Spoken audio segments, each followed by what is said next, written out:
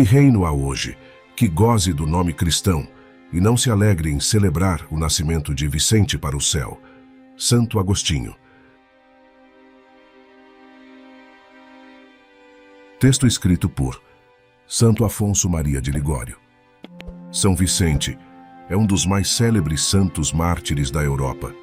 Nascido em Saragoça, na Espanha, no século III, e vindo de uma das melhores famílias daquela cidade, desde a sua juventude foi colocado sob a direção de Valério, bispo da igreja daquela região, que o instruiu com abundância nos dogmas da religião e também nos temas relacionados à humanidade.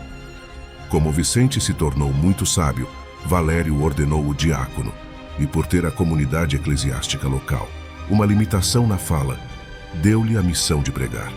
E o nosso santo cumpriu bem o seu ofício, convertendo grande número de pecadores e até de pagãos.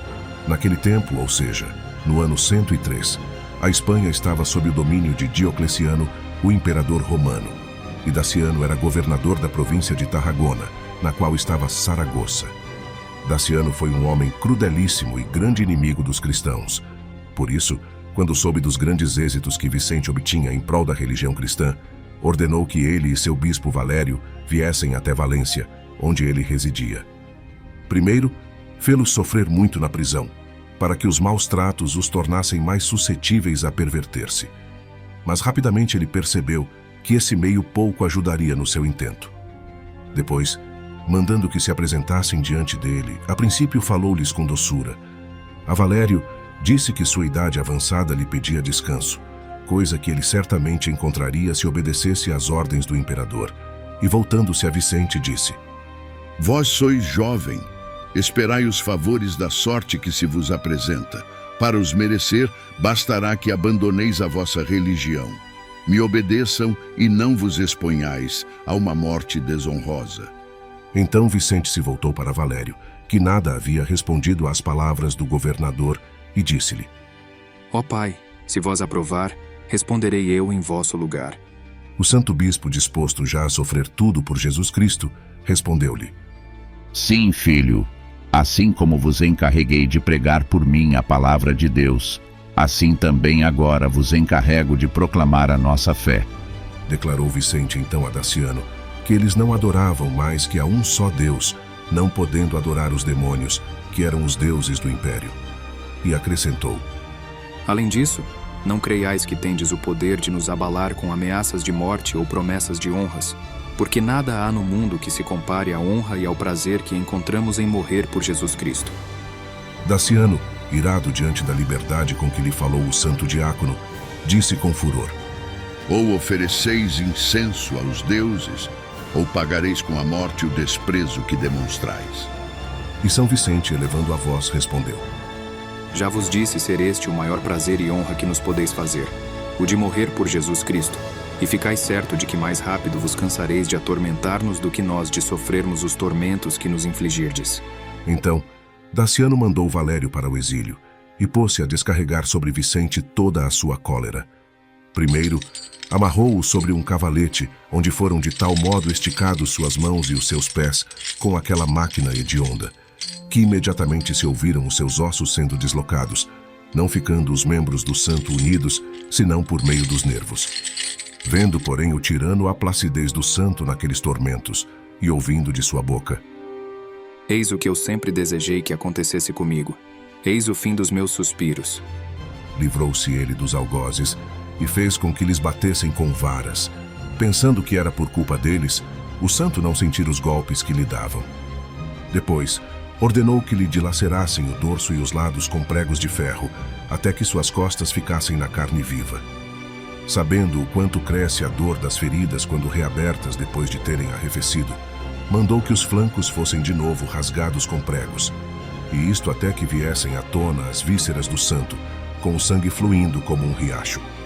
Mas mesmo aí Vicente insultava o governador, dizendo-lhe: Já que os vossos ministros não têm força, por que não vindes vós, que sois o principal carrasco, em auxílio deles?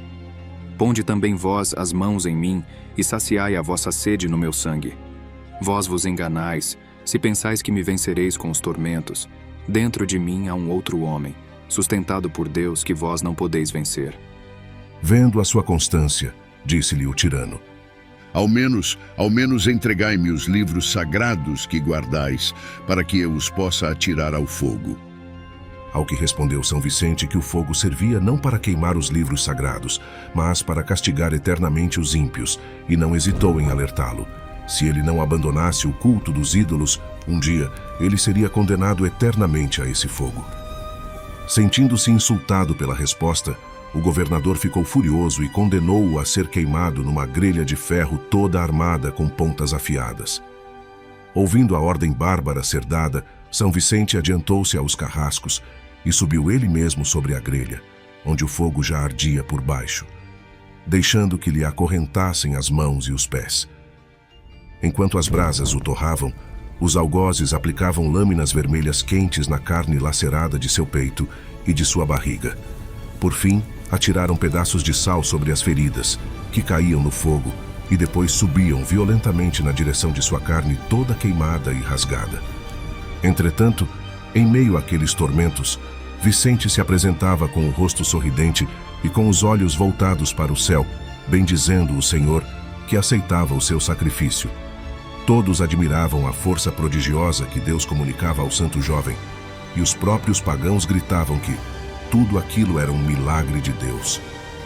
Por isso, Daciano foi obrigado a afastar da vista do público aquele espetáculo de paciência.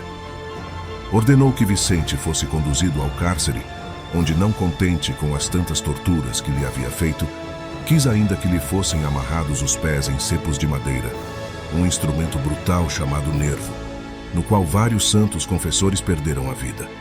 Mandou também que fosse deitado de costas sobre muitos cacos de vasos quebrados, os quais lhe abriram de novo as feridas com as pontas afiadas, provocando nele uma dor agudíssima. Ordenou ademais, a fim de cansar a paciência do santo, que ninguém se aproximasse dele para dizer qualquer palavra de conforto.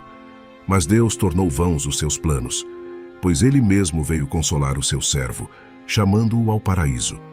Nas profundezas da noite, viu o santo um grande esplendor. Viu também se soltarem os seus pés dos lenhos que os prendiam, e ao mesmo tempo sentiu-se revigorado por uma visita celeste. Muitos anjos vieram até ele da parte de Jesus Cristo, e anunciando-lhe o fim de suas penas, convidaram-no a tomar parte na glória do céu. Os guardas, acordados pelos raios daquela luz que atravessava as fendas da porta, aproximaram-se dela e, tendo ouvido os anjos unidos louvar a Deus com o mártir, abraçaram todos a fé cristã. Informado de tudo isso, Daciano ordenou que tirassem Vicente da prisão, que o deitassem em uma cama macia e que lhe tratassem as feridas, a fim de que, restaurado, ele pudesse encarar novos tormentos. Avisados disso, os fiéis correram para visitar o santo e aliviá-lo. Uns lhe beijavam as chagas, outros as enxugavam com panos, para depois os guardar como joias preciosas em casa. Mas, chegada finalmente para Vicente a hora do triunfo, suspirou ele sobre aquele leito entre os abraços de seus irmãos e à vista dos anjos, que o assistiram e depois o acompanharam até o reino bem-aventurado. Ouvindo falar de sua morte, mandou o tirano que o corpo do santo fosse deixado exposto aos animais para lhe servir de alimento. Mas o Senhor providenciou um corvo, que com as garras e o bico defendeu-o dos outros bichos, especialmente de um lobo que tinha vindo devorá-lo.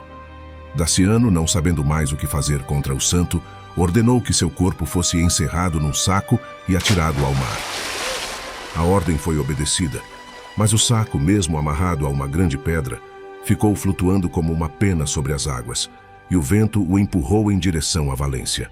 Os marinheiros se esforçaram para alcançá-lo, mas antes que eles chegassem, as ondas depositaram o corpo do santo na praia, onde de súbito ele foi coberto pela areia. Apareceu então o santo a uma piedosa mulher chamada Jônica e mostrou-lhe o lugar onde estava o seu corpo.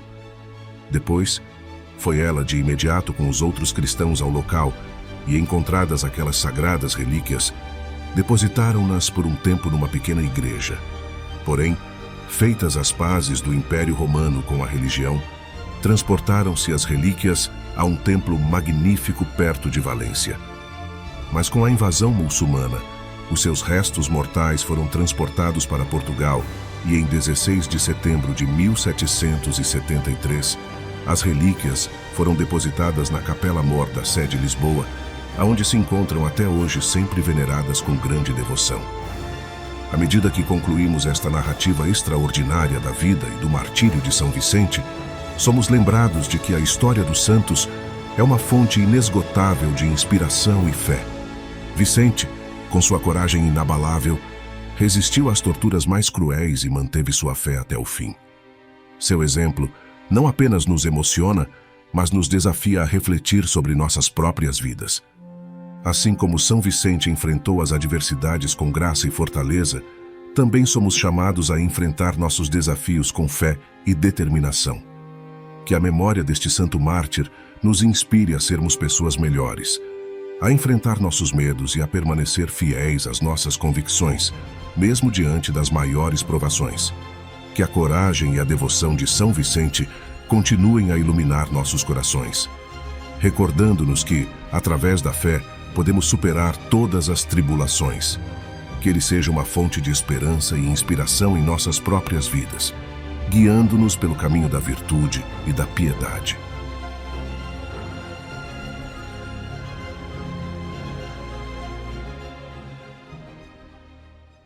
Ó glorioso São Vicente, mártir intrépido da fé, olhai para nós com ternura e compaixão. Vós que suportastes com coragem indomável as maiores torturas por amor a Cristo, intercedei por nós junto ao Senhor. São Vicente, modelo de fidelidade e devoção, ensinai-nos a permanecer firmes em nossa fé, mesmo diante das adversidades mais difíceis. Que vossa coragem e determinação inspirem nossos corações a nunca renunciar à verdade e ao amor de Deus. Pedimos a vossa intercessão especial por todos aqueles que enfrentam perseguições religiosas e dificuldades por causa de sua fé. Concedei-lhes força e proteção divina, assim como experimentastes em vossa própria vida. São Vicente, olhai por todos nós, especialmente pelos que sofrem e pelos necessitados. Que vossa influência junto a Deus nos traga auxílio nas tribulações e nos conduza à paz e à salvação eterna. Por Cristo nosso Senhor. Amém. São Vicente Mártir, rogai por nós.